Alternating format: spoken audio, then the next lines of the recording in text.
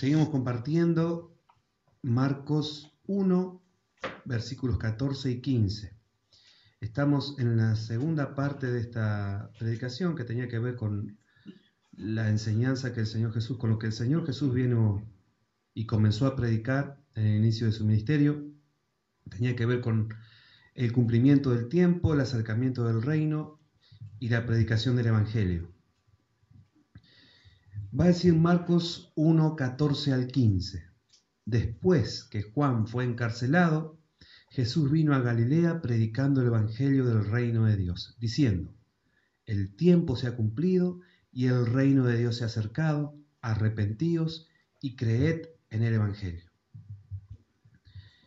Veíamos la semana pasada el primero de estos temas, que es el tiempo se ha cumplido. No sé si recordarán ustedes, tiempo hacía referencia a un momento en el que el Señor está dando la oportunidad para que todo aquel que crea en el Hijo pueda acercarse al Padre nuevamente. Básicamente era eso. Decíamos que incluso era un tiempo que podía ser entendido como de crisis, pero no de crisis económica, sino un tiempo de crisis que significaría que hasta ese momento las cosas fueron de una determinada manera, pero a partir de ese momento las cosas nunca más van a volver a ser iguales. A eso hace referencia. El tiempo de Dios ha llegado y el Hijo está comunicándoselo a las personas. El tiempo de el arribo del comienzo del ya del reino de Dios, del reino que está estableciéndose en la tierra a partir de la misión del Señor Jesucristo. El reino ha comenzado y está cada vez más acercándose hasta que logre la plenitud sobre todo el universo. El tema que nos toca hoy es justamente esto, el tema del reino que se ha acercado. Nos va a quedar para la semana que viene, Dios mediante, el arrepentíos y creed en el Evangelio. ¿Qué es el reino?, puede preguntarse alguien. Muchas personas lo han asociado con la iglesia, lo han simplemente comparado con la iglesia. La iglesia está en el reino, pero el reino es mucho más amplio. El reino es el lugar donde Dios tiene control, soberanía, podríamos llamarlo de alguna manera. Es decir, que no incluye solo la iglesia, sino que Dios es soberano de todo el universo. No es solamente que es Señor de su iglesia, es Señor de absolutamente de cada milímetro del universo. No hay nada que no sea absolutamente todo de Dios. Algunas personas dicen, pero ¿no será el infierno un lugar donde Dios no es Señor, sino que el Señor del infierno es el diablo? No. El infierno va a ser el lugar en el que el Señor, en el que Dios va a ejecutar toda su justicia contra Satanás y todos los caídos, ¿no? Pero es del Señor también. Ni siquiera el infierno es del diablo. Nada tiene el diablo y nada tenemos nosotros. Es todo de Dios. Y debe ser todo usado y hecho para su gloria. Hay un comentarista que ha estudiado bastante este término, llamado Dodd. Él dice: el término reino indica el aspecto específico, atributo o actividad de Dios con el que Él se revela como Rey o Señor soberano de su pueblo, o bien del universo por Él creado. Entendido así, tendría una especie o podría ser comparable a cuando nosotros hablamos de Dios como soberano. Está todo debajo de sus pies. Todo está bajo sus pies.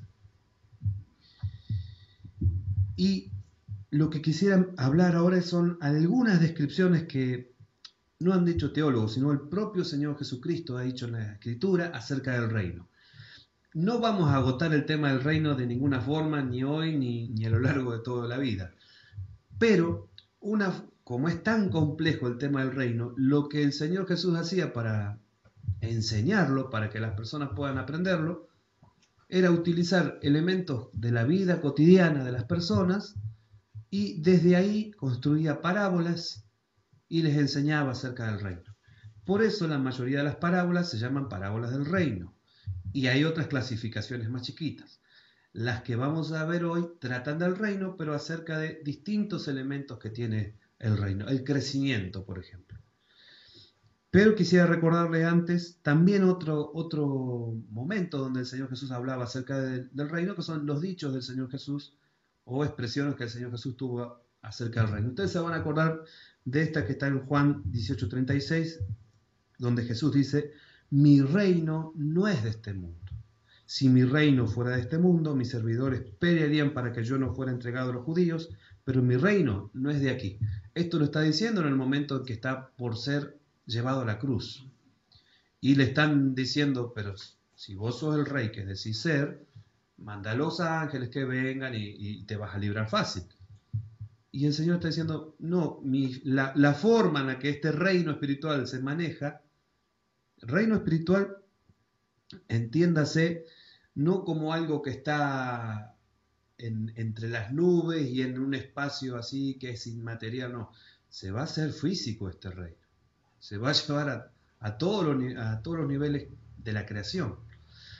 Entonces, la forma en la que este reino se conduce, las cosas a las que aspira este reino, no son las de la tierra, no son las de este mundo. Es otra la mentalidad que tiene el rey de este reino que la mentalidad que tenemos las personas. No son nuestros pensamientos como sus pensamientos. Y llevarnos a entender cómo se piensa en el reino es la tarea del discipulado, es la tarea que Jesús o lo que está Jesús enseñándole 3 años y medio a sus discípulos. Cómo se ve la vida desde el reino, que es totalmente diferente a como la vemos naturalmente nosotros. Pablo también va a decir: porque el reino de Dios no es comida ni bebida, sino, ¿qué cosas? Justicia, paz y gozo, pero no gozo en la carne, gozo en el Espíritu Santo. Ahora sí, vamos al mismo libro de Marcos, y lo que vamos a hacer es ver 3 parábolas que están bastante relacionadas. Algunas ya las conocen, así que las voy a pasar. No voy a hacer tanto comentario yo, sino que voy a dejar que la palabra hable, que lo comenta mejor que yo. Les decía que las parábolas son comparaciones. Si lo hubiera hecho el Señor Jesús, o sea, si las personas con las que a las que hubiera tenido que comunicarle acerca de el reino, hubieran sido personas que hubieran vivido quizás en el medio de una isla y un mar, quizás hubiera usado cómo se pescaba o peces o elementos así. Pero como eran personas que vivían de cosechar y de sembrar, usó mucho ejemplo con la semilla, con cosas del campo. Y tenemos la primera parábola ahí en Marcos 4, del 3 al 20, que es sumamente conocida, y es la parábola conocida como del sembrador, y hayan agregado, y los 4 tipos de terrenos. Vamos a estar viendo entonces y comparando 3 parábolas en realidad, que tienen relación. Dice esta parábola que se encuentra en Marcos 4, vamos a leer en principio una breve fracción y después comento algo muy chiquito y sigo. En realidad vamos a leer desde el 3 al 20. Dice así: oíd, he aquí el sembrador salió a sembrar, y al sembrar aconteció que una parte cayó junto al camino, y vinieron las aves del cielo y la comieron. Otra parte cayó en pedregales, donde no tenía mucha tierra, y brotó pronto, porque no tenía profundidad de tierra, pero salido el sol se quemó, porque no tenía raíz, se secó. Otra parte cayó entre espinos, y los espinos crecieron y lo ahogaron, y no dio fruto. Pero otra parte cayó en buena tierra y dio fruto, pues brotó y creció, y produjo a 30, a 60 y a 100 por uno. Entonces les dijo: el que tiene oídos para oír, oiga. Y toda la gente que estaba ahí cerca de él se quedó como: ¿qué dijo acá el maestro? Entre ellos sus discípulos, que recién, por lo que al menos muestra el libro de Marcos, es la primera vez que se encuentran con una explicación así del reino.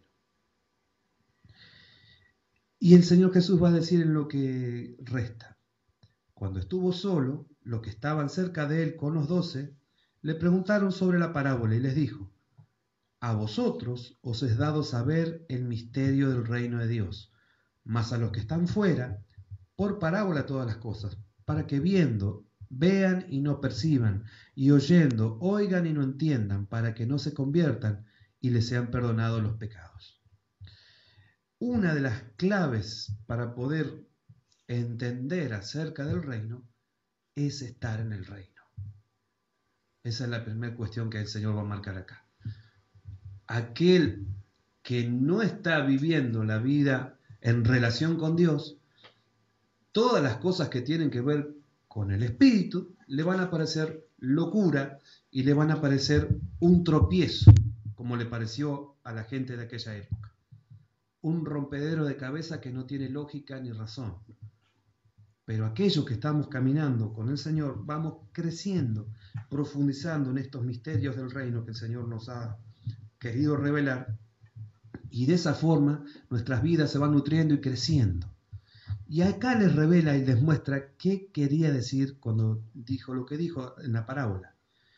Y les dijo, ¿no sabéis esta parábola?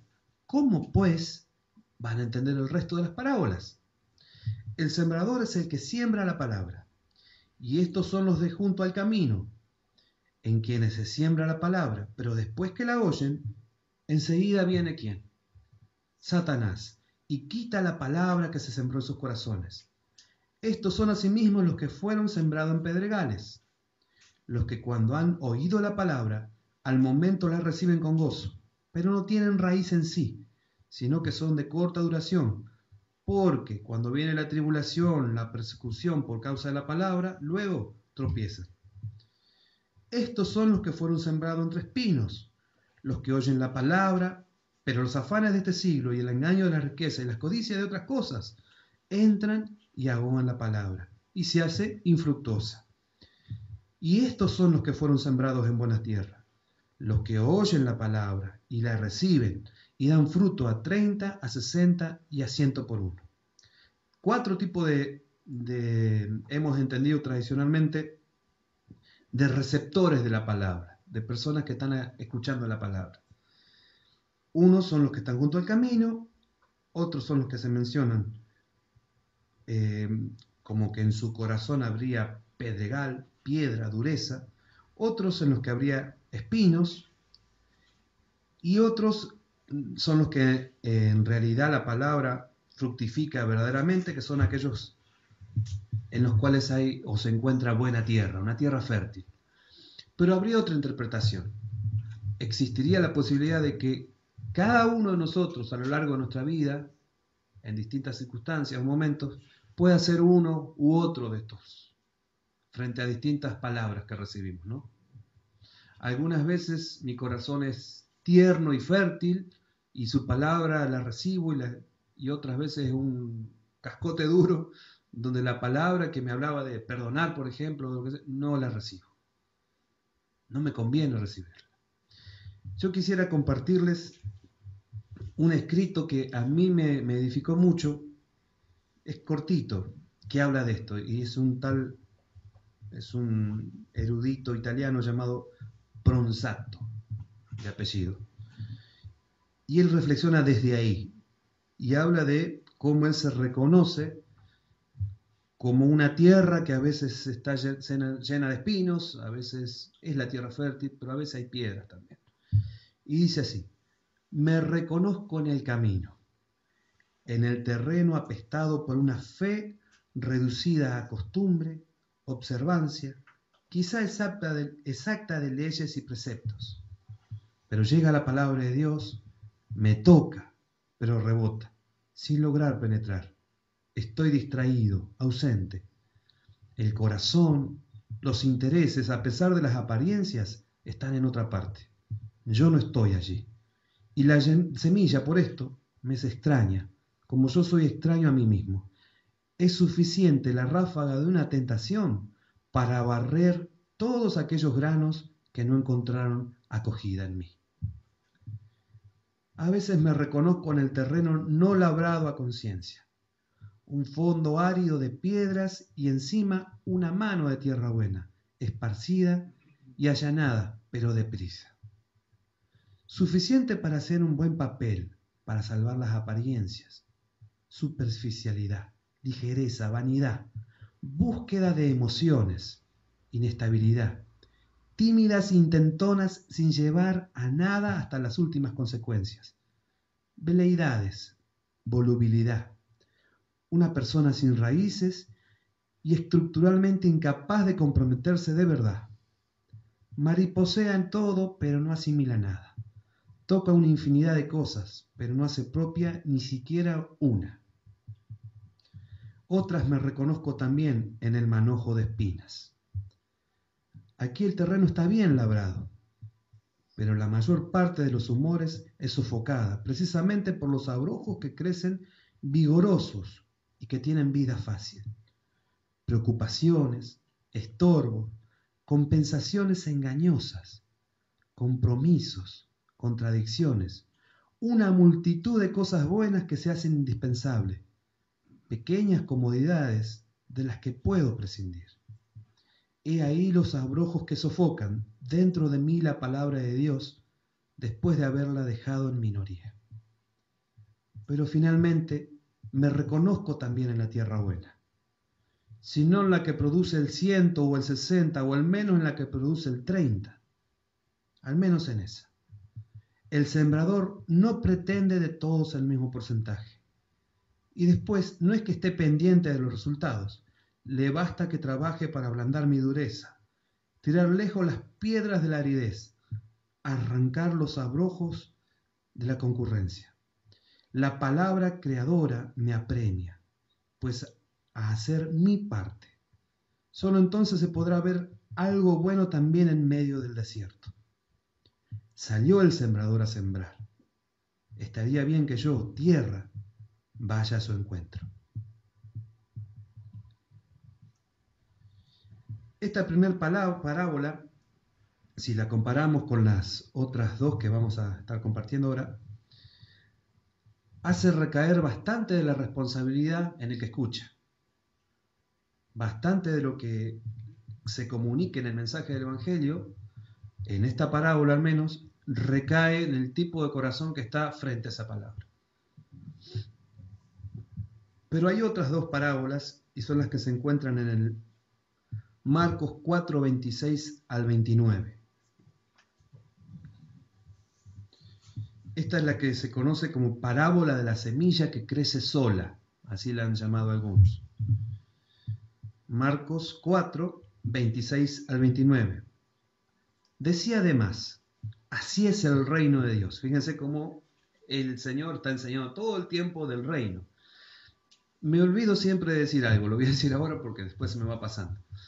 En el anuncio del Señor Jesús, que está hablando de que el tiempo se ha cumplido, el reino se ha acercado, creed el Evangelio, arrepentido, ese es el tema que va a desarrollar en todo el libro de Marcos. Va a aparecer todo el tiempo esos temas.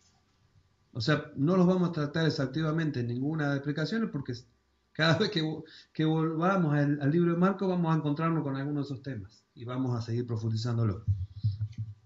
Es como una especie también de arada que nos pasa al Señor cada vez que predicamos, ¿no? Va a volver otra para hacer más, sacar más piedritas más chiquitas y otras cada vez más chiquitas, hasta que nuestra tierra finalmente sea esa tierra fértil, donde su palabra se siembre y germine, ¿no? Marcos 4, 26 al 29, decía además, así es el reino de Dios. Me salió. Vamos de vuelta. Como cuando un hombre echa semilla en la tierra y duerme y se levanta, de noche y de día, y a la semilla brota y crece sin que él sepa cómo, porque de suyo lleva fruto la tierra, primero hierba, luego espiga, después grano lleno en la espiga, y cuando el fruto está maduro, enseguida se mete la hoz, porque la siega ha llegado. Fíjense cómo es comparado el reino con el crecimiento casi imperceptible que nos damos cuenta de una semilla. Si nosotros nos ponemos a mirar, tuviéramos la posibilidad de mirar cuánto crece una semilla, podemos estar horas mirando y no veríamos que se produjo un gran cambio. Pareciera que no. Pero ustedes recordarán en sus épocas de escuela primaria, no sé si se seguirá haciendo, no he visto no he visto, pero en nuestras épocas de escuela primaria nos enseñaban cómo era el crecimiento de los seres vivos, vegetales, con una semillita de poroto. Teníamos que llevar un papel secante, un frasco, poníamos la semillita y bueno, no veíamos tampoco que de un día a otro creciera, pero en un par de semanas teníamos una plantita bastante florecida ya de poroto. Era una secuencia. Era toda una secuencia, acá nos dice Cori, maestra de muchos, muchos años. No, porque No, porque fue durante muchísimo tiempo maestra. 55, creo que ya estoy en los 60 de antigüedad. de antigüedad. Bueno, pero si nosotros miramos cualquier semilla, Sí. inmediatamente parece que no crece. Así el reino de Dios parece que no crece, pero sin embargo está creciendo, se ha acercado y nada ha detenido su crecimiento en todos estos 2000 años de acercamiento. Este acercamiento tiene un desarrollo y finalmente tendrá una siega, un momento donde Dios recogerá los suyos. Pero fíjense el poder que tiene este rey que está instaurando su reino. No hay nada que lo pueda frenar. Nada, nada. ¿Por qué? Porque Él es el único rey y el único soberano y el único que tiene poder por sobre todo. Podemos decir entonces que este crecimiento de la semilla, representado ahí, o del reino, porque está comparando el reino, es inevitable. Nada va a frenar el crecimiento del reino. Si nosotros continuamos la comparación que se hacía de esta semilla, estoy llevando como dos temas, ¿no? ¿Qué era la semilla en la primera de las parábolas? La palabra, ¿no es cierto? Es cómo esa palabra es sembrada en distintos corazones. Y esta otra, que estamos ahora transitando, Trencher, que es un comentador muy conocido, también dice así: la vida en el corazón del creyente se desarrolla en forma progresiva hasta producir todo el fruto que Dios quiere, siempre que el creyente mismo no coloque obstáculos por su propio egoísmo y pecado. Cori nos decía recién que todo el desarrollo de esta plantita de poroto era una secuencia. Había un inicio, había otro paso, otro paso, otro paso.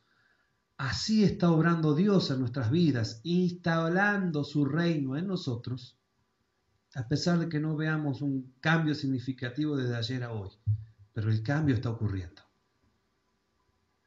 Confiamos que Él está haciendo su obra en nosotros y que la obra que está haciendo en nosotros es buena, como todas las obras que el Señor hace. Entonces, esta segunda parábola, si la entendemos a la semilla como la palabra, habla del poder que la palabra tiene en la vida de una persona para producir cambios y transformar, a pesar de que esos cambios sean chiquitos en principio, pero son constantes y son continuos. Y la tercera es la parábola del grano de mostaza, que la encuentran ahí cerquita. Decía también: ¿a qué haremos semejante el reino de Dios? ¿O con qué parábolas lo compararemos? Es como el grano de mostaza, que cuando se siembra en tierra es la más pequeña de todas las semillas que hay en la tierra, pero después de sembrado crece y se hace la mayor de todas las hortalizas y echa grandes ramas, de tal manera que las aves del cielo puedan morar bajo su sombra. Las personas usamos en nuestro lenguaje muchas formas de comparación. Son a veces como exageraciones para transmitir una idea. Decimos, por ejemplo, Seba me va a decir otro que usaban en su tierra, pero acá que hace un frío verde. El frío de La Pampa era azul, si no me acuerdo mal. No tiene color el frío, pero lo comparamos de esa forma. O esto es más grande que no sé qué. En la época del Señor Jesús, cuando se quería uno referir a algo que no se veía, algo insignificante, algo tan chiquitito, se lo comparaba con un grano de mostaza. Esto es tan pequeño que es como, re pequeño, como un grano de mostaza. Es lo más pequeño que puede ver. Es muy chiquitito. En realidad no es la semilla más chiquita, pero en esa época en la mentalidad era la forma en la que se comparaba y se decía: esto es tan insignificante ante nuestros ojos, que es tan chiquito como un grano de mostaza. ¿Y el árbol cómo es? Y se hace grande, un poquito más grande. No es tampoco una cosa gigante, pero se hace grande. Pero fíjense cómo está hablando de que este mensaje, que en principio se le comunica a poquitas personas, ha parado de crecer en la historia. No llegó a Pinto, que estamos en el otro lado del mundo, de la Tierra, del planeta, ¿no? Nada detuvo este mensaje y nada lo va a detener, va a seguir la comunicación del Evangelio, la comunicación del mensaje. El Señor está enseñándonos estas cosas. A ver, el poder que tiene el mensaje del Evangelio, el poder que tiene su reino que está llegando. Hay alguien, o varios comentaristas en realidad, que relacionan esta palabra que utiliza el Señor con una profecía que está dada allá en Ezequiel 17:23, donde dice, acerca de Israel, ¿no? En el monte alto de Israel lo plantaré y alzaré ramas y dará fruto, y se hará cedro magnífico, y habitarán debajo de él todas las aves de toda especie, a la sombra de sus ramas habitarán. Parece que esa última comparación donde dice Jesús, y echa grandes ramas de tal manera que las aves del cielo puedan morar bajo su sombra, parece que son las mismas palabras que estarían, o sea, se ve como una cita de Ezequiel. ¿Qué nos está diciendo ese pasaje de alguna forma? Que este evangelio que empieza hoy comunicándose a Pedro, a Juan, a poquitos de los discípulos, se va a extender no solo a Israel, hasta lo último de la tierra y todas las aves del cielo, es decir, todo ser humano va a poder cobijarse bajo este árbol finalmente. Es una gran analogía o una gran comparación. Pero algunos comentaristas han entendido eso y creo que tiene su sentido. Este otro, si seguimos hablando como hablábamos, comparando la semilla, ¿no? Hace referencia al poder de crecimiento. Estas son parábolas que las llaman parábolas de crecimiento en muchos lugares. A la de la mostaza y a la de la semilla que crece sola, ¿no? Y habría un par más, pero no, vamos a quedarnos ahí porque son muchas para comparar. Pero el poder que, como veíamos en la otra, parece insignificante, pero sin embargo crece, y crece mucho. O sea, está hablando de la posibilidad de transformación que tiene en la vida de una persona. Una persona, si realmente escucha atentamente la palabra del Señor y la obedece, aunque los cambios parezcan chicos, va a lograr, no él, sino la palabra en él, transformar su vida de una forma radical, de una forma increíble. Va a ser de él una persona de reino, que ya no piense con la mentalidad del reino caído de las tinieblas en la que naturalmente vivimos, sino que su mentalidad sea transformada a la del reino, donde veíamos algunos de los valores que conforman esa mentalidad: justicia, amor, gozo en el Espíritu Santo. Si después lo quisieran comparar, son el fruto del Espíritu. El fruto del Espíritu es la forma en la que nosotros vivimos en el reino. O sea, esas serían, desde comparar eso con nuestra vida. ¿Se acuerdan que hacíamos o veíamos cuánto estamos caminando en el reino o cuánto nos falta todavía para vivir plenamente en el reino? Justamente, ¿cómo vivimos en este reino? Sería mi última parte acá para que pensemos. Fíjense que las comparaciones que el Señor Jesús hace son muy, para gente que está en el campo, son cosas que ellos manejaban todos los días. Es como si a mi papá, que fue toda la vida almacenero, le fuera a hablar de cómo los caramelos o cosas así con las que está todo el día en relación uno, ¿no? O a mí, qué sé yo, de las tizas y las cuerdas de la guitarra y las púas. Elementos con los que nos manejamos todos los días. Es interesante esto, que la manifestación del reino no está en las cosas extravagantes, ni que podrían decir algunos asombrosas. ¿No? La manifestación del reino tiene que ocurrir todos los días en las cosas más pequeñas que nosotros hacemos. La vivencia del reino tiene que darse en las cosas más chiquititas que nosotros hacemos. En todas. En todas. El Señor también, fíjense la importancia que el Señor Jesús le da a este tema, que no es tan tratado en muchas iglesias y nosotros no lo hemos tratado lo suficiente. Por eso estamos tratándolo ahora. Que incluye una partecita de la oración del Padre Nuestro, donde están todas las cosas importantes por las cuales tenemos que orar, y dice, ustedes se acordarán, ¿cómo dice en relación al reino? Venga tu reino. Es decir, que la voluntad perfecta de Dios se haga en nuestras vidas, se haga sobre todo. Porque la realidad es que ahora ya la voluntad perfecta de Dios no se está haciendo en todas las vidas, ni en toda la naturaleza, ni en toda la creación. El pecado todavía está oponiéndose a la voluntad perfecta de Dios. Pero ¿cuál es la esperanza? De que un día, cuando venga el tiempo de la siega, dice ahí, todo eso que está oponiéndose al Señor finalmente será quitado, desaparecerá. Porque no tiene poder en sí eso. El poder que tiene es el que Dios le permite tener, pero no tiene un poder suficientemente grande para oponerse al reino de Dios. El reino de Dios lo va a avasallar todo, lo va a quitar todo, nada se va a oponer al reino de Dios. Y esto también me hacía reflexionar sobre esto, miren. ¿A ustedes les pasa como a mí, que nos desalentamos a veces al ver, no sé, noticias de hechos de una maldad enorme? Nos desalienta. Perdemos, ¿cómo Dios permite estas cosas? Es la pregunta que a un cristiano nos hacemos.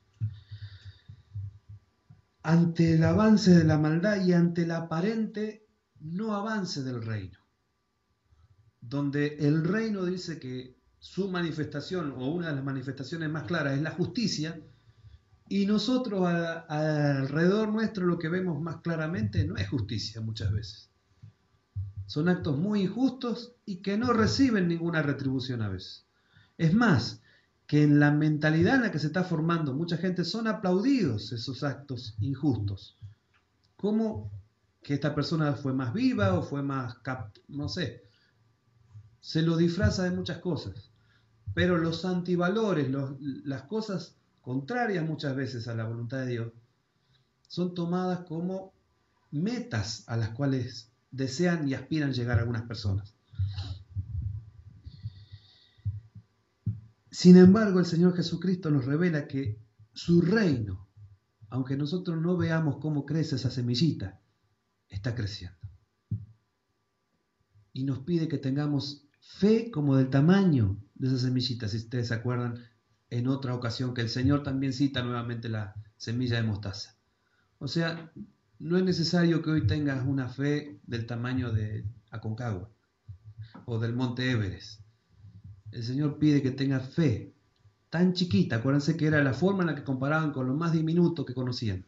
Como si dijéramos en esta época, fe como el tamaño de un protón, un átomo, una cosa así tan chiquitita.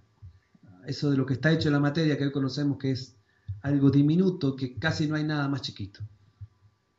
Aún con ese poquito el Señor puede obrar en tu vida. Pero no va a quedarse así tu fe, porque la promesa es que también va a crecer tu fe. Si estamos caminando en el reino, nuestra fe tiene que ir en aumento. La semana que viene, cuando veamos cómo somos parte de este reino, el Señor nos dice, crean y arrepiéntanse. En otro va a decir arrepiéntanse y crean. Son dos verbos que van juntos, no se pueden separar, por eso no lo voy a poder separar. Vamos a verlos juntos. Recordemos, hermanos, estamos en el reino avanza, nada debiera desalentarnos. La justicia perfecta de Dios ya va comenzando a ser, pero finalmente será por completo. Señor, queremos darte gracias, Señor, porque tu mensaje siempre trae esperanza a nuestros corazones. Podemos ver a diario la maldad, podemos ver aún nuestra propia pecaminosidad tan horrible, Señor. Pero rogamos, Señor, que encuentres en nosotros tierra fértil, donde tu semilla sea sembrada, que con fe podamos creer, Señor, que esta semilla, aunque está dando cambios chiquitos, está dando cambios. está creciendo de a poco, Señor, y que nada va a detener este crecimiento que estás haciendo en nuestras vidas, Señor. Señor, que tu reino venga a nuestras vidas cada día más, Señor. Que otros puedan ver tu reino manifestándose en las cosas pequeñas y diarias de nuestras vidas, Jesús. Ayúdanos, Señor, a crecer. Ayúdanos a vivir, Señor, confesando nuestros pecados y con la fe que has puesto en nosotros en aumento, Padre Santo. Te agradecemos tu infinito amor y rogamos que en esta semana, Señor, fortalezcas nuestra fe. Nos ayudes a mirarte, buen sembrador, todos los días y a buscar en la semilla, que es la palabra, fuerza, socorro, guía para ser direccionados, Señor, ante todas las cosas que puedan venir y pasarnos en esta vida, Señor. Gracias, Jesús. Encontramos en vos el tesoro de mayor valor, Señor, la perla de gran precio. Ayúdanos, Señor, a vivir en tu reino siempre y cada vez más, tu reino en nosotros. Gracias, Jesús. Amén.